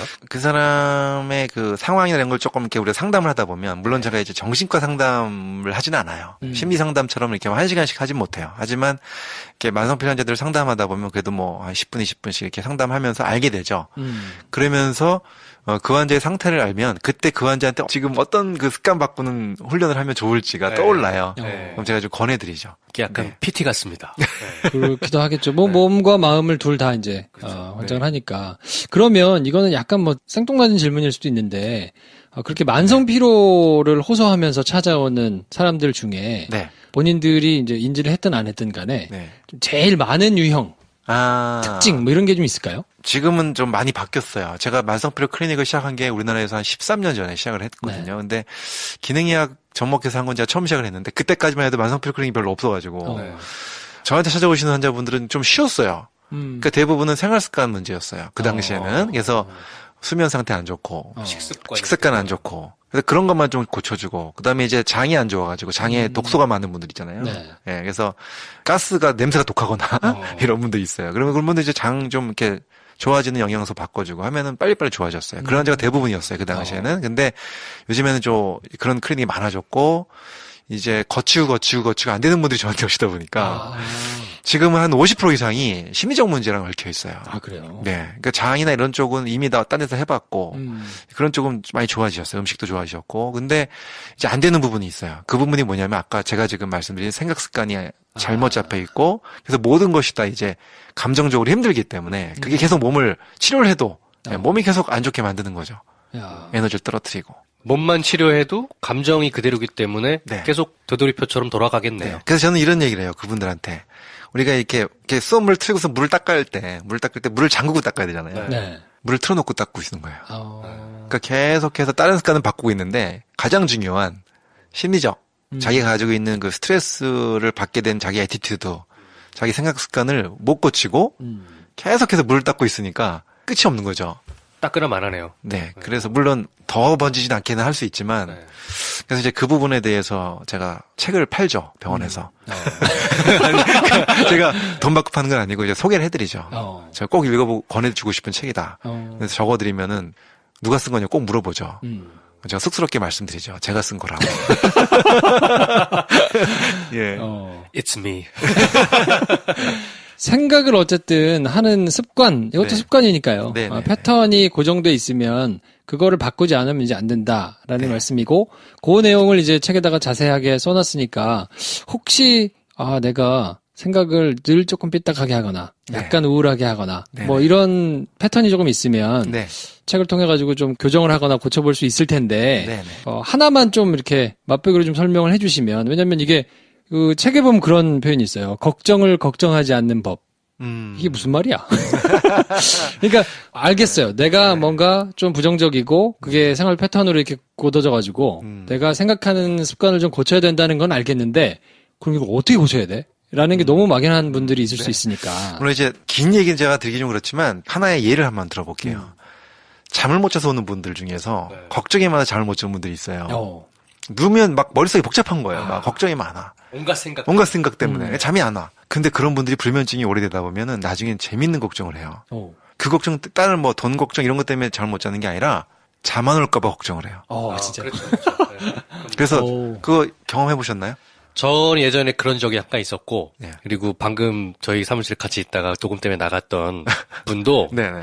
자기가 내일 아침에 몇 시에 스케줄이 있는데 잘 수 있을까를 고민하고 걱정하다가 날 밤새고 나간 적 많다 이런 얘기도 하고. 지금 딱 그런 분들이에요. 그러니까 내일 내가 잠을 못 자면 되게 힘들 텐데, 근데 빨리 자야 되는데 잠 안 오면 어떡하지? 이게 이제 걱정을 위한 걱정이 되는 거거든요. 그런 경우에는요, 특효약이 하나 있어요. 물론 약을 쓴 게 아니라 마음을 고쳐 먹는 거예요. 오늘 밤새자. 왜냐? 밤새자고 결심을 하면 잠 걱정이 없어지잖아요, 일단. 어차피 안 잘 거니까. 어차피 안 잘 거니까. 네, 그러니까 하루 밤샌다고 뭐 내가 뭐 그거 못 견디나? 오늘 진짜 밤샐 거야. 그리고 책을 읽기 시작하는 겁니다. 그럼 바로 잠이 오나? 그러면 중간에 힘들어지죠, 정말. 네. 근데 이제 그게 되게 재밌는 게 이게 제가 만든 방법은 아니고요. 실제로 미국에 있는 에릭슨이라고 하는 굉장히 유명한 그 정신과 의사가 썼던 방법이에요. 이분은 현대체면의 대가인데 그런 환자들 그렇게 약속을 했어요. 오늘 자지 말고 내일까지 오십시오. 이렇게 이제 결심을 하게 시키고 보냈는데 그 환자들이 잠을 자기 시작하는 거예요. 그러니까 이게 걱정을 위한 걱정 때문에 우리가 힘들어하는 거죠. 예, 그래서 걱정을 위한 걱정을 반대로 생각해서 이거 한다고 내가 뭐 정말 내가 최악의 경우가 와도 내가 견딜 수 없을 것인가를 보는 거죠. 하룻밤 샌다고 내가 뭐 큰일 나나? 예, 이렇게 생각하고 가면은 일단 그 걱정이 사라지니까. 네. 그런 말도 약간 유행처럼 들었잖아요. 걱정한다고 걱정거리가 사라지면 무슨 걱정이 있겠냐. 맞습니다. 예, 맞습니다. 네. 그리고 저는 책을 보면서 조금 흥미로웠던 부분이 무기력에 대한 네. 얘기였는데 그걸 이제 무기력이 학습된다는 거를 네. 실험을 통해 가지고 이렇게 쭉 예, 예, 해보면 예. 있잖아요. 실험이죠. 그걸 조금 설명 한번 해주세요. 저는 되게 흥미로웠거든요. 그 실험. 네. 네, 강아지 실험 재밌었죠. 그게 이제 긍정심리학의 아버지, 굉장히 유명하신 분이죠. 그분이 아주 젊을 때 실험을 했어요. 어떤 실험을 했냐면 방을 3개를 만들었습니다. 각각 방에다가 어떤 장치를 했냐면 1번 방에다가는 밑에다가 이제 전기 충격 장치를 만들고 위에다 스위치 하나를 만들어 놨어요. 움직이는 대롱을. 그래서 네. 거기다 강아지 한 마리를 넣고서 전기 자극을 딱 주면은 강아지가 이제 막 이리저리 왔다 갔다 할 거 아닙니까? 네. 그러다가 자기도 모르게 대롱을 코로 딱 건드리는 순간에 그게 멈추는 만들었어요. 전기 충격이. 그러면은 이제 걔가 알게 되는 거죠. 학습을 통해서 내가 이걸 건드리면은 괜찮아지는구나. 그래서 이제 그거를 학습시켜요. 그 다음에 2번째 방에는 똑같이 전기 충격을 만들었는데 그런 대롱이 없어요. 그리고 1번 방과 2번 방이 스위치가 같이 연결돼 있어요. 그러니까 자기는 힘들어 하는데 전기 충격이 와서 근데 갑자기 멈춰버리는 거예요. 그거는 1번 방에서 다른 개가 건드렸기 때문에 멈추는 거거든요. 보이지는 않고. 보이지도 않고. 네. 그러니까 자기는 몰라요. 이게 멈췄다 사라졌다 하는 겁니다. 그러니까 미칠 노릇이죠 한마디로. 예. 3번째 방에는 전기 충격이 없어요. 그냥 개가 들어가서 그냥 쉬다 나왔어요. 이런 경험들을 시켜놓고서 이 개 3마리의 개를 가지고 다음 방으로 갔는데 그 방에는 방이 2개로 돼 있고요. 가운데 칸막이가 있어요. 낮은 칸막이, 넘어갈 수 있는 칸막이. 그리고 이쪽 방에는 전기 충격, 한쪽 방에 전기 충격이 없어요. 그래서 칸막이를 기준으로 해서. 네. 그래서 이제 개를 넣어놨더니 1번 방에 들어있던 개는 딱 들어가니까 전기 충격이 오잖아요. 네. 처음에 이제 찾아요. 대롱을. 대롱이 어디 갔나. 근데 없잖아요, 대롱이. 그러니까 바로 뛰어 넘어갑니다. 2번째 방으로. 그 다음에 3번 방에 있던 게 그냥 아무것도 없었던 충격이 없었던 개도 그냥 조금 있다가 뛰어 넘어가요. 근데 2번째 방에 있던 개만 뛰어 넘어갈 수 있는데도 불구하고 그냥 그 자리에 주저앉아 있는 겁니다. 멈출 때까지 무기력해져서 부들부들 떨면서 그게 바로 학습을 한 거죠. 내가 어떤 짓을 해도 이거는 멈추지 않는다는 것을 학습을 한번 하고 나서 넘어갈 생각조차 못 하는 거죠. 예. 내 힘으로 되는 게 아니다. 네. 그러지 않은군요. 이게 학습돼 버린 거예요. 이게 바로 무기력 학습이라고 했고 이것이 우리가 우울증에 빠지는 하나의 기본적인 그 심리 원리라고 이제 설명을 하게 되죠. 근데 재밌는 거는 그렇게 실험을 여러 마리를 했더니 다 그런 건 아니었어요. 다 못 넘어가고 네. 그냥 있는 건 아니고. 아니었어요. 8마리를 했는데 그 중에서 6마리는 벌벌 떨었는데 2마리 넘어갔어요. 그래서 이제 거기서 이 2마리는 도대체 뭐가 달랐던가를 이제 보는 거죠. 그러니까 우리 인간도 마찬가지 3분의 2 정도는 무기력이 학습이 되고요. 3분의 1 정도는 그럼에도 불구하고 그걸 넘길 수 있는 힘이 있다라고 이제 기술이 됩니다. 예. 극복하려고 하는 의지가 있는 3분의 1은 있는 거군요. 네. 그거는 의지를 가져야 됩니까? 아니면 뭐 다른 게 필요한 건가요? 자기 생각 습관을 바꾸면서 3분의 1 쪽으로 바꾸는 훈련을 하게 되는 거죠. 아까 제가 말씀드렸던 생각 습관 훈련을 통해서. 생각의 습관 1, 2, 3단계, 사실 5단계를 말씀하셨지만, 네. 1, 2, 3단계를 말씀해 주셨잖아요. 네네. 그 중에 2단계가 중요하다. 네. 그 1, 2, 3단계의 프로세스를 한번 좀 짧게 설명을 해주시면 어떨까요? 네. 좀 어려워지지 않을까? 괜찮을까요? 괜찮습니다. 분위기 나빠지지 않을까요? 지금? 저희 편집이 있으니까요. 편집이 있어요.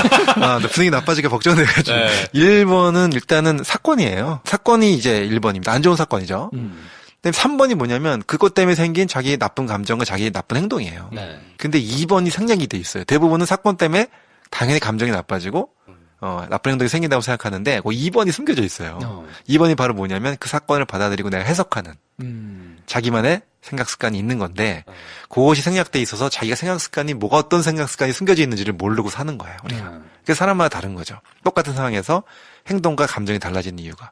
이 2번을 빨리 파악을 해가지고 해가지고 그거를 거기에 대한 이제 자기가 계속해서 반박하는 훈련을 하는 거예요. 그러면 예를 한번 들어볼게요. 네. 사건이 어떤 사건이 벌어졌느냐. 대시했는데 차였습니다. 네. 이 사건이 벌어진 거예요. 네네네. 공을 들였는데. 네. 사실은 2번이 숨어있는데 3번 단계에서 차였기 때문에 나 역시 안 되는구나. 오늘도 차였네. 네. 이렇게 모쏠로 죽어가는구나. 라는 반응이 하나 있을 수가 있겠고. 네, 네. 전혀 또 다른 사람은 뭐 내일 또 대시하지 뭐. 혹은 세상엔 여자가 많지? 하면서 클럽으로 갑니다. 뭐 이런 두 가지 반응들이 나타날 수 있는데 굉장히... 그 사이에 2번이 있단 말씀입니다. 네. 지금 예를 들어보니까 상당히 적절한 예를 본인한테 적절한 예를 들어주신 것 같고요. 일단은 역시 사람은 자기 얘기를 해야. 네. 경험담이신 건 아니시죠? 뭐 어제도 경험했고요. 아, 그래요? 네. 네. 분위기 이런 거였군요. 그렇죠. 네. 일단은 첫 번째 지금 말씀하신 그거 되게 좋은 예예요, 사실은. 보면은 똑같은 상황에서 두 가지가 다르잖아요. 네. 근데 아마 첫 번째는 그 순간에 2번에 이런 게 숨어 있죠. 아, 나는 안 돼. 나는 항상 채여. 그리고 나는 매력이 없어. 남자로서의 매력은 역시나 꽝이야. 나는 안 돼. 나는 매력이 없어라고 하는 생각이 있기 때문에 그런 생각으로 가는 겁니다. 근데 두 번째 사람은 오늘만 안 된 것 같아. 저 사람이랑은 안 맞네. 저 사람이 좀 예민한 거 아니야? 네. 그 다음에 오늘 내가 좀 스타일이 안 좋은가? 내가 오늘 아침에 좀 얼굴이 부었나?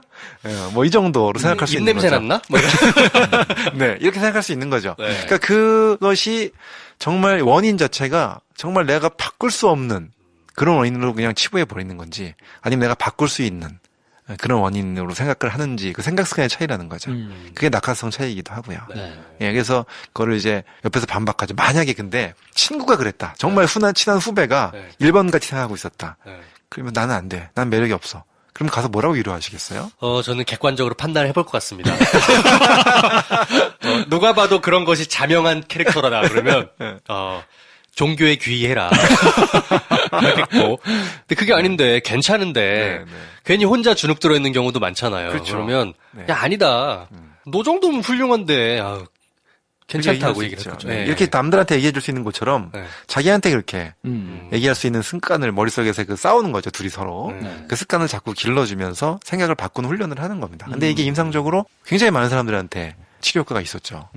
기왕이면 이제 선생님 말씀은 자기 자신에 대해서 그렇게 부정적이거나 난 안 돼라는 생각을 가지는 생각 습관을 고치는 게 훨씬 행복해 가는 길이다라는 말씀을 하시는 거죠. 네. 맞습니다.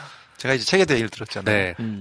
근데 그 생각 습관을 바꿨을 때 제가 봐도 자명한 종교에 귀의하는 게 좋을 법한 사람이 그 생각의 변화로 인해서 6개월 뒤에 보니까 멋있는 남자가 되는 경우도 있을 수 있는 거 아닙니까? 그럴 수도 있겠죠. 네.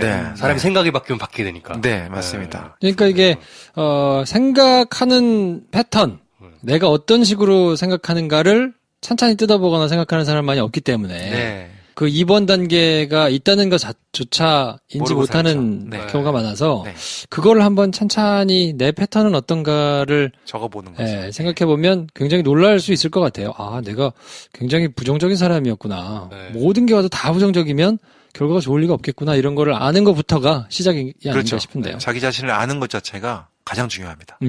근데 자기 자신을 아는 게 참 사실은 제일 어렵고 힘든 길인 것 같기도 해요. 쉽진 않죠. 너무 어렵죠. 꾸준히 해야 알고 또 어제의 내가 오늘의 내랑 또 다르고 뭐 그렇기도 하더라고요.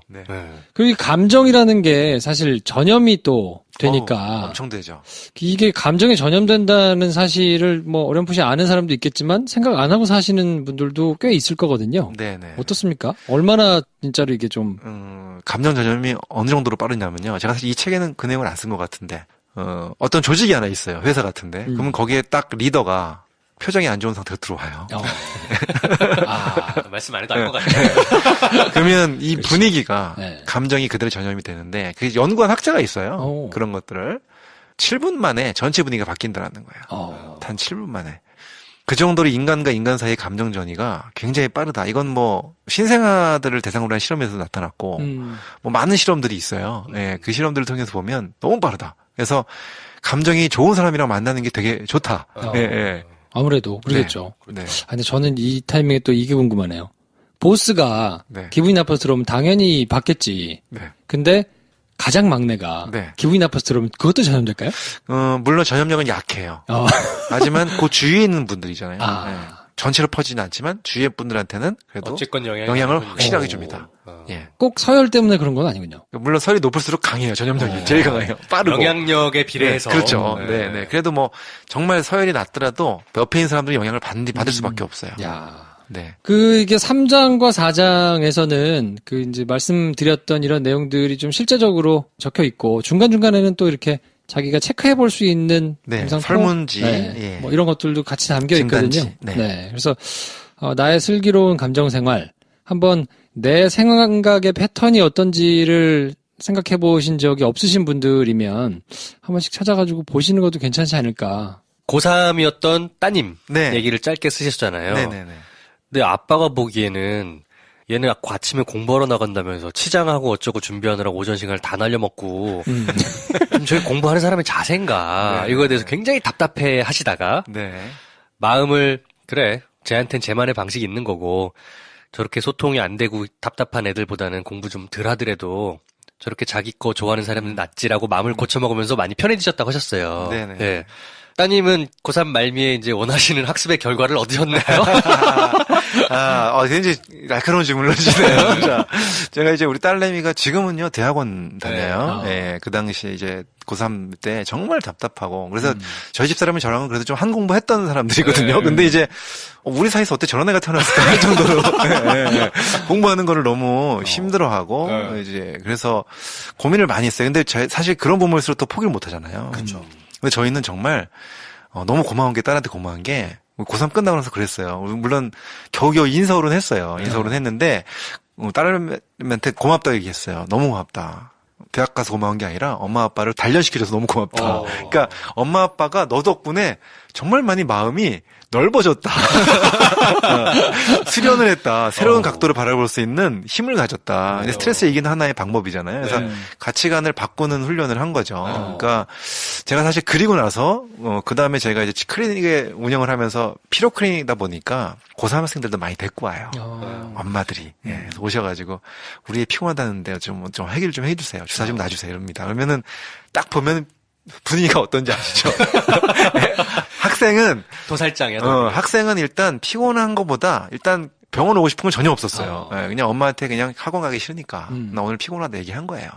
근데 엄마는 피곤해? 야, 빨리 가서 병원 가서 주사 맞고 또 학원 가야지. 데리고 온 거예요. 분위기 뭐 싸하죠. 그러면 이제 어떻게 해요? 그래도 뭐 주사 좀 좋은 거 해서 하나 좀 맞고 가라. 그래서 해주면서 엄마랑 상담을 살짝 해요, 제가. 제 옛날 모습을 보는 것 같아가지고. 그래서 엄마한테 얘기를 하죠. 어머니, 애가 공부 잘하는 거 좋은 것 같죠? 그랬더니 네, 그래요. 근데 정말 만약에 제가 질문을 하나 드려볼 테니까 공부를 정말 잘하는 자식이 하나 있고 근데 그 대신에 엄마랑 사이가 안 좋아. 반대로 공부는 잘 못하지만 엄마랑 너무 사이 좋고 말도 잘 통하고 정말 친한 자식이 있어요. 자, 어디를 택하겠습니까? 답이 뭐라고 나올까요? 저는 책이 나왔는데 제가 무릎을 탁 쳤어. 다 저렇게 답할 것 같아. 그렇죠? 공부 잘하고 소통 잘할 때는 공부도 잘하면서 소통도 좀 잘할 수 없을까? 이제 그 욕심을 버려야 되는 거죠. 네. 그래서 이제 그건 어렵다. 하나만 택해라. 그러면 이제 고민을 하기 시작해요. 거기서 가치관이 결정되는 거죠. 저희는 가치관을 빨리 바꿨죠. 그 옛날에. 보통 그러면 어디를 택하나요? 대부분은 거기서 말을 못해요. 말을 못하고 우물쭈물하시죠. 그때 제가 제 경험을 말씀드리죠. 저는 2번을 택했습니다. 그래서 많이 편해졌습니다. 제가 왜 이걸 여쭤봤냐면 네. 마음이 바뀌는 계기가 되었다라고 책을 쓰셨잖아요. 네. 근데 이제 이 스토리의 진짜 결론은 그래서 고3이 끝났을 때 따님의 성적을 봤을 때의 그 상태라고 봤어요, 저는. 네. 성적이 내가 예상한 것보다 이 친구가 공부를 잘했네? 그러면 모두가 해피한 해피엔딩이겠죠? 예상대로 나왔어요. 예상대로. 근데 예상대로 나왔어요. 예상대로 공부를 안 한 것에 대한 정확한 결과가 나왔을 때도 마음이 편안할 수 있었다면 이거는 마음 수련이 된 것이지만 그 결과를 받아들였을 때 지난 1년간 참아왔던 울분이 터졌다. 그러면 수련이 안 된 거다. 맞네요. 정확해요. 그렇지. 정확합니다. 근데 저는 그냥 공부한 만큼 나왔다 생각했어요. 그러니까 그 친구가 우리 딸내미가 물론 되게 착하고 저랑 얘기도 잘하는 딸내미인데 공부에 있어서는 저희가 원하는 것과 못했어요. 그래서 그 정도 공부하는데 과연 좋은 성적이 나올까? 안 나오죠. 그래서 그게 나왔어요. 어느 정도 나왔어요. 그래서 우리가 또 같이 고민을 많이 했어요. 딸내미 성적 나오고 나서 우리 어느 학교 갈까? 전략적으로 어디를 선택할까? 그래도 소통이 잘 됐어요. 그래서 이제 어디 갔어요. 근데 더 재밌는 거는 반전이 있어요. 그때 올해 2월에 졸업했는데 아주 명문 대학은 아니지만 수석으로 졸업했어요. 그리고 대학원을 갔어요. 그러니까 정말 신기한 게 저희 집사람이 저랑 그랬어요. 제가 저기 공부 열심히 하는 건 처음 봤어. 대학 가서 공부하더라고요. 사실은 그게 더 나아요. 대학 가서 그런가요? 공부하고 그 뒤에 공부하고 하는 게 앞에 잘하고 계속 그 타이틀 하나 말고 내가 한때는 이대 나온 여자야, 뭐 서울대 나온 사람이야 이러고 사는 네. 사람 많거든요. 네네네. 그거보다는 나은 것 같아요. 그래서 자기가 공부를 계속 하고 싶다 그래서 그냥 대학원으로 갔어요. 예. 지금은 아주 부모님은 부모님대로 마음이 넓어지고 따님은 따님대로 공부에 취미를 붙여서 더 좋게 되고 둘 다 좋은 결과가 나왔네요. 어쨌든 뭐 그렇게 말씀해 주셔서 감사한데 네. 물론 뭐 100% 마음이 편하진 않아요. 뭐 하지만 뭐 그래도 네. 예, 만족하고 살고 있습니다. 전문가시니까 전문적인 내용은 책에 당연히 잘 쓰셨겠죠. 네. 거기에 대해서는 전혀 궁금하지가 않은데 오히려 저는 책을 쓰신 그 본인의 이야기가 더 궁금해지면서 이분은 본인이 말씀하시고 있는 이론이나 이런 것들을 자기 삶에 어떻게 적용하고 계실까? 여기 궁금했습니다. 네, 그리고 사실 책 쓰면서 스트레스 많이 받았어요, 저. 왜냐면 우리 편집장님이 워낙 또 깐깐하시는 분을 만나서, 네. 예, 뭐 몇 번 퇴짜 받았고요. 예, 그리고 사실 책을 쓰면서도 저는 이제 조금 논문적인 얘기를 많이 쓰고 싶었고, 이랬는데, 다 쓰고 나서 이제 다시 저한테 얘기를 하시더라고요. 다시 쓰셔야 되겠습니다. 그래가지고 제가 너무 눈높이가 네. 전문적이십니다. 네, 그래서 이제 살릴 수 있을 부분만 좀 체크해서 보내주세요 했더니 딱 10% 정도 되더라고요. 그래서 이제 90% 다시 썼고요. 쓸 때마다 검사 받으면서 정말 쉽게 써야 된다. 네, 그래서 정말 힘들었어요. 스트레스를 너무 많이 받았는데 네. 지금 너무 감사해요. 왜냐면은 그 덕분에 읽은 분들, 독자분들이 이런 평을 해주세요. 너무 쉽게 잘 읽었다. 그러면서 또 내용이 알차다. 그래서 조금 PR하는 거 괜찮죠? 그래서 네. 그래서 이렇게 내가 정말 책을 많이 안 읽은 사람인데도 불구하고 네. 하루 만에 다 읽었다 한 분도 계시고요. 그리고 읽은 분들이 꼭 이렇게 추천을 해주세요. 가족들한테, 그 다음에 직원들한테. 왜냐하면 너무 쉽게 읽을 수 있고 좋은 내용이라고 얘기해 주셔서 저는 솔직히 속으로 너무너무 감사해요. 우리 편집장님한테. 사실 이제 자기계발서를 저희가 쭉 이렇게 소개를 하다 보면 네. 빠지기 쉬운 맹점이 그거거든요. 약간 두루뭉술하게 네, 네. 모두가 아는 내용을 이렇게 그냥 쓰고 지나가는 경우가 많아서 네.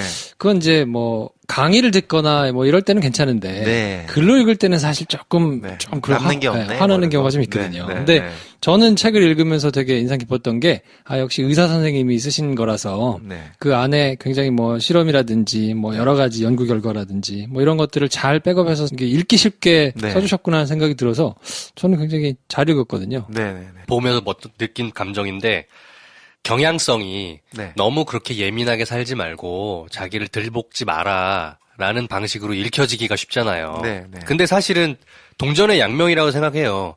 예민한 사람은 좀 무뎌질 필요가 있지만 네. 타고난 게 지나치게 낙관적인 사람은 문제거든요. 그렇죠, 그렇죠. 그러면 그 지나친 낙관으로 인해서 본인의 삶이 결과물을 못 내는 경우도 상당히 많고 네. 그래서 그 두 가지 부분을 다 얘기를 해야 된다고 생각을 했거든요. 네. 그래서 좀 그 부분을 좀 여쭤보고 싶었어요. 지나친 낙관이 불러오는 잘못된 결과도 분명히 있지 않습니까? 낙관주의가 다 좋은 건 아니다. 네. 낙관이라고 하는 것 중에 두 가지가 있는데 현실적 낙관주의가 있고요. 네. 그다음에 망상적인 낙관주의가 있다는 거죠. 그래서 망상적 낙관주의는 오히려 정말 아무런 발전이 없고, 예, 그리고 오히려 안 좋은 결과를 보여주는 거죠. 근데 이제 현실적 낙관주의가 돼야 되는데, 현실 속에, 현실을 분명하게 받아들이고 인정한 상태에서, 이 상황에서 지금 내가 어떻게 낙관을 가질 것인가를 찾아볼 수 있는, 현실 속에 두 발을 딱 딛고서, 굉장히 중요한 하나의 질문인 것 같아요. 제가. 근데, 왜냐면 제가 네. 알고 보면 약간 망상의 낙관적인 부분이 분명히 있는 사람이거든요. 아무 근거 없이 다 잘 될 거야. 이렇게 말하고 다니는. 근데 사실 현실적 낙관주의가 쉽진 않아요. 네. 그래서, 긍정이라고 하는 단어의 의미. 그러니까 낙관과 긍정은 좀 다릅니다. 네. 낙관은 좋을 것이라고 기대하는 건데 긍정은 좋다라는 말이 하나도 안 들어가요. 사전을 찾아보면 그냥 그 상태를 인정하는 거예요. 그래서 긍정적으로 생각해 볼게. 이게 바로 좋게 생각해 볼게가 아니라 그걸 한번 인정을 할 수 있는 점들을 따져 볼게. 있는 그대로 한번 그렇죠. 보겠다는 거죠. 그래서 긍정이 먼저고 그 다음에 낙관이다. 그러니까 현실을 인정하는 게 첫 번째다. 거기서부터 현실적 낙관주의가 시작된다라고 볼 수 있습니다. 네. 현실을 인정하는 것도 사실은 약간 트레이닝이 필요한 부분인 것 같아요. 네. 누구나 어느 정도는 현실을 있는 그대로 본다고 하지만 그 안에 어느 정도 자기 감정을 섞어서 보게 되잖아요. 그렇죠. 네, 네네. 그거를 분리해내는 것도 되게 훈련이 필요한 것 같다는 생각이 들었습니다. 네. 저희가 책을 보면서 네. 저자님을 앞에다가 모셔놓고 굉장히 뻘쭘한 시간을 한 번씩 갔거든요. 이거 뭐지? 저희가 좋았던 부분을 직접 낭독하는 시간이 있습니다. 네, 그래서 제가 낭독하는 건가요? 아니요, 저희가 낭독하는 아, 각자 좋았던 부분을 이제 낭독을 하는데 먼저 김 선생이 좋았던 부분을 한번 낭독을 해주실까요?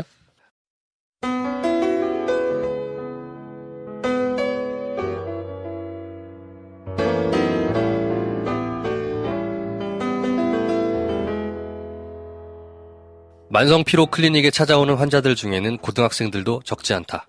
대부분 어머니와 함께 찾아오는데 상담이 시작되면 너무 피곤해서 공부를 하지 못하는 게 안타깝다는 어머니의 호소를 듣게 된다.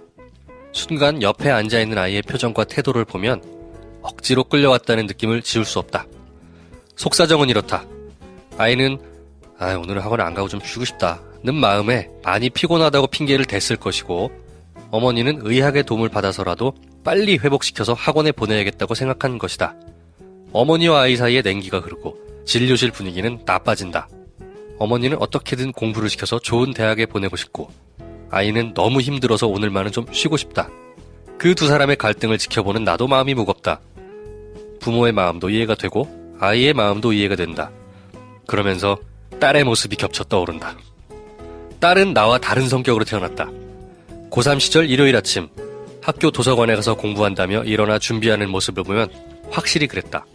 느긋하게 일어나서 머리를 감고 치장을 한다. 그렇게 보내는 시간이 1시간이다. 찬찬히 밥을 먹고 이것저것 챙기다 보면 결국 오전이 다 지나서야 집을 나선다. 그 모습을 옆에서 지켜보는 나는 답답해서 속이 터질 지경이다. 딸아이와 나는 달라도 너무 다르다. 성적을 올리고 싶어하는 아이가 하는 행동은 정반대니 이해가 되지 않는다. 그렇다고 꿈지럭거리는 딸에게 잔소리를 할 수도 없다.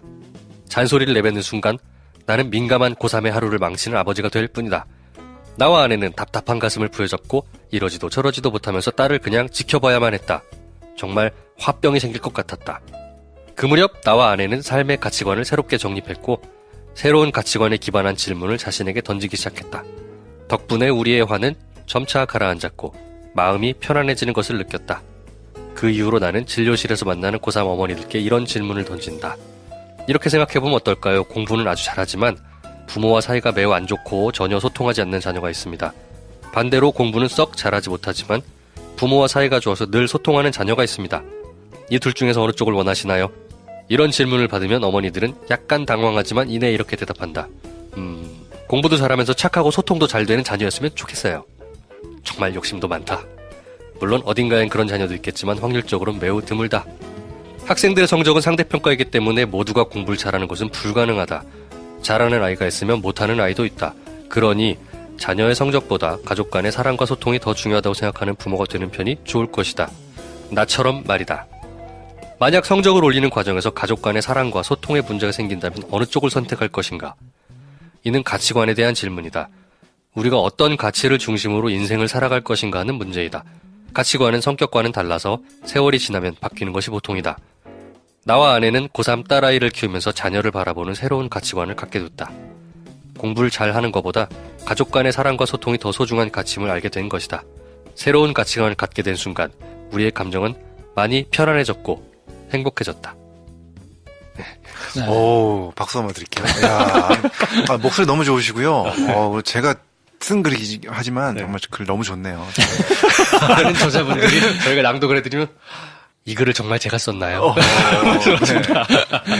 저는 책 100페이지를 보면 이런 소주제가 있어요. 사람들은 생각보다 나에게 관심이 없다. 네. 이 부분을 한번 제가 읽어드리겠습니다. 진료실에서 만성피로 환자들을 상담하다 보면 비슷한 걱정을 하는 사람들이 아주 많다. 한 조사에 의하면 우리나라 직장인들의 걱정거리 중 3위가 바로 대인관계다. 원만하지 못한 대인관계는 우리에게 큰 스트레스를 준다. 개인이 갖고 있는 잘못된 자아상은 대인관계의 문제를 일으키는 원인이 된다. 자아상에 문제가 생기면 남들의 평가나 자신에게 집중되는 관심에 아주 민감해지기 때문이다. 많은 정신과학자들은 스트레스의 원인으로 이 점을 지적한다. 자신의 신체, 학력, 능력 등에 대한 잘못된 자아상이 열등감을 자극해 스트레스를 일으키고 그 스트레스가 타인의 시선에 대한 걱정을 불러온다는 것이다. 남들은 나를 어떻게 볼까?